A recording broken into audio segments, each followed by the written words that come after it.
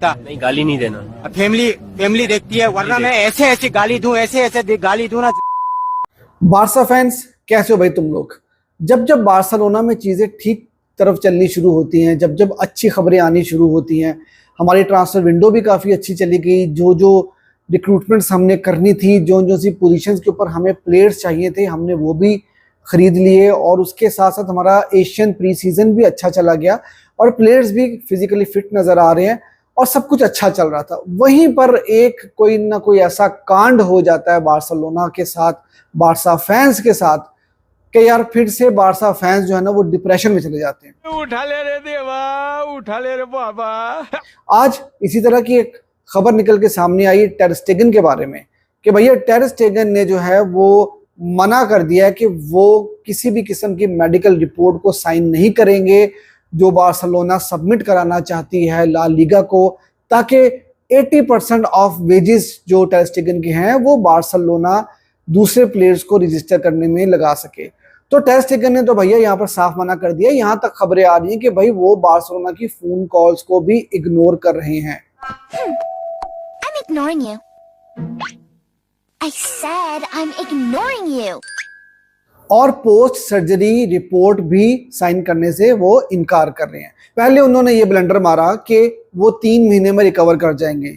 वहां पर भी बार्सिलोना को काफी बड़ा झटका लगा था और मुझे उसी वक्त ही लग रहा था कि भैया यहाँ पर चीजें जो है ना वो आसानी के साथ ठीक नहीं होने वाली।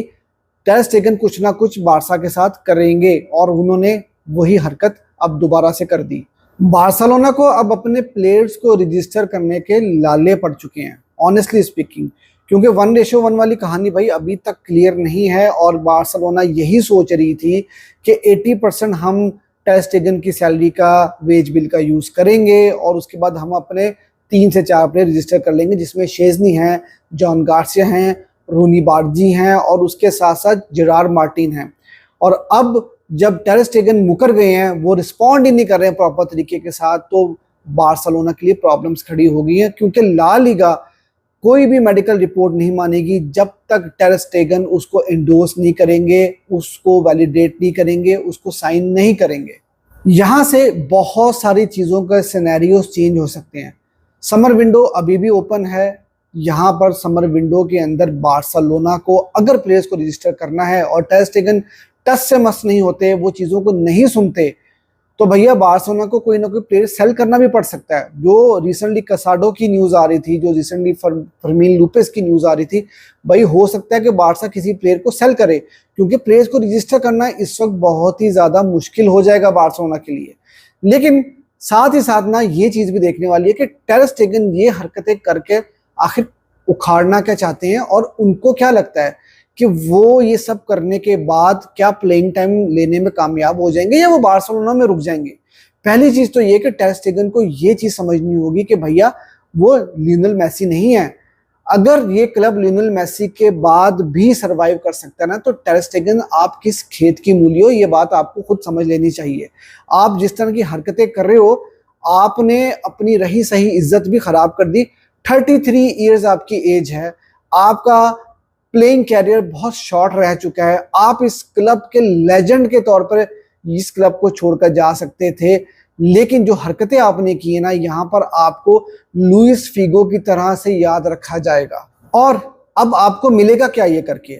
आपको लगता है कि ये हरकत करके बार्सिलोना आपको रजिस्टर भी करेगी या उसके बाद बार्सिलोना आपको प्लेइंग टाइम देगी, या बड़े आराम से आप जो है वो जॉन गार्सिया को, शेजनी को पीछे करके बार्सिलोना की मेन गोलकीपिंग स्पॉट को भी आप हासिल कर लोगे? ऐसा अब पॉसिबल नहीं है भैया। अब सूनर और लेटर वाली कहानी है, आज नहीं तो कल टेर स्टेगन को बारसा छोड़ना ही पड़ेगा। और मैक्सिमम जनवरी में, मैं आपको पहले भी ये पिछले 1-1.5 महीने से ये बात बोलता आ रहा हूँ कि अगर इस समर विंडो में ये केस सॉर्ट आउट नहीं होता तो टेर स्टेगन को जनवरी में बार्सिलोना छोड़ना ही होगा। क्योंकि अगर उनको वर्ल्ड कप खेलना है तो भैया उनको प्लेइंग टाइम चाहिए और जनवरी की विंडो लास्ट विंडो होगी। तो ये जो हरकत उन्होंने कर दी है, इसके बाद से बार्सिलोना का करियर तो उनका खत्म हुआ, लेकिन अपने करियर के साथ साथ उन्होंने बार्सिलोना को भी बहुत ज्यादा डैमेज कर दिया है। अब यहाँ से दोनों पार्टीज के दरमियान चीजें जो है ना वो और ज्यादा खराब होती नजर आ रही हैं। निगोशिएशंस भी बहुत ही स्लिम चांसेस हैं कि हो और बार्सिलोना और टर स्टेगन जो है वो किसी एक ऐसी पोजीशन के ऊपर आ जाए जहां पर टर स्टेगन इस चीज़ को एक्सेप्ट कर ले। ऐसा होता हुआ बिल्कुल नज़र नहीं आ रहा एज पर दी रिपोर्ट्स। अब यहाँ से बात आगे लीगल इश्यूज के ऊपर जा सकती है। बार्सिलोना और टर स्टेगन जो है वो एक लीगल फाइट कोर्ट में कर सकते हैं, लेकिन भैया उसका क्या हासिल निकलेगा मुझे समझ में नहीं आता, और इस चीज़ को सॉर्ट आउट होते होते बहुत टाइम लग जाएगा और कहीं बहुत ज़्यादा देर ना हो जाए, प्लेयर रजिस्ट्रेशन के लिए कहीं बहुत ही ज़्यादा देर ना हो जाए।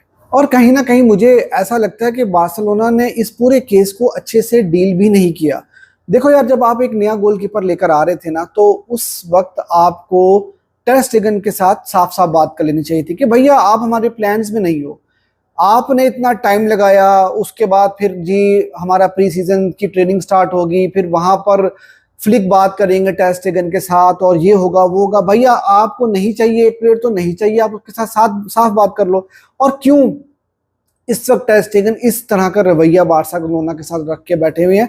जो रिपोर्ट्स आ रही हैं वो ये आ रही हैं कि बार्सा को ऐसा लगता है कि पिछले सीजन में टर स्टेगन जब फिट हो गए थे, स्पेशली जो लास्ट गेम थी एथलेटिक बिल्बाओ वाली गेम, वहां पर इनाकी पेना को खिला दिया था फ्लिक ने और टर स्टेगन को नहीं खिलाया, तो वो एक नाराजगी उनके दिल के अंदर बैठी हुई है और वहां पर उनको तकरीबन 3.5 मिलियन का बोनस जो है वो मिल सकता था, वो उनको नहीं मिला।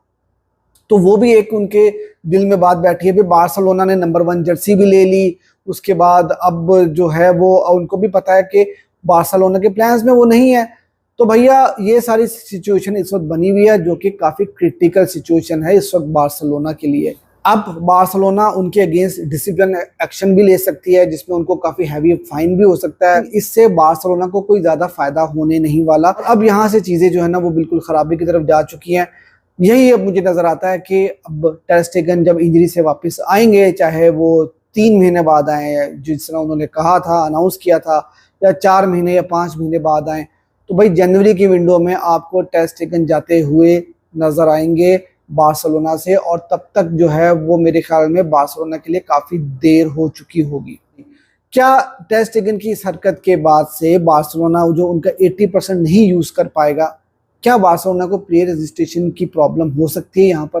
देखो यार, मुंडो डिपोर्टिवो जो है ना वो ये बात बोल रहा है कि बार्सिलोना ने इस समर विंडो में तकरीबन 21 मिलियन जो है वो सेल से बनाया है। मतलब कुछ प्लेयर्स ऑलरेडी बार्सा ने सेल किए हुए थे, लेकिन उनकी फ्यूचर सेल का कुछ परसेंटेज बार्सा ने रखा हुआ था, तो अराउंड 21 मिलियन बार्सा को वहां से मिलेंगे। उसके अलावा अभी कॉन्गो की जो डील हुई है वो भी बार्सा ने की है, तो वो भी काफी एडवांटेज हो सकता है। उसके अलावा 475 जो वीआईपी सीट्स है उसका 100 मिलियन, लेकिन वो सब्जेक्ट टू है ऑडिटर्स, वो मैं आपको कई बार समझा चुका हूँ। ऑडिटर्स अगर उसको एक्सेप्ट कर लेते हैं तो फिर बार्सिलोना के लिए ना कुछ आसानी होती हुई नजर आ सकती है। इसके अलावा यार ये कहा जा रहा है कि बार्सिलोना तकरीबन 209 मिलियन रेवेन्यू जनरेट करती है सिर्फ और सिर्फ स्पॉन्सरशिप डील से। उसमें नाइकी की डील भी इंक्लूडेड है, 122 मिलियन की वो डील इंक्लूडेड है, जिसको हम बोलते थे कि पता नहीं नाइकी की डील हुई है या नहीं हुई, क्योंकि कहा यह जा रहा था कि नाइकी की डील के बाद से हम 1:1 पे आ जाएंगे।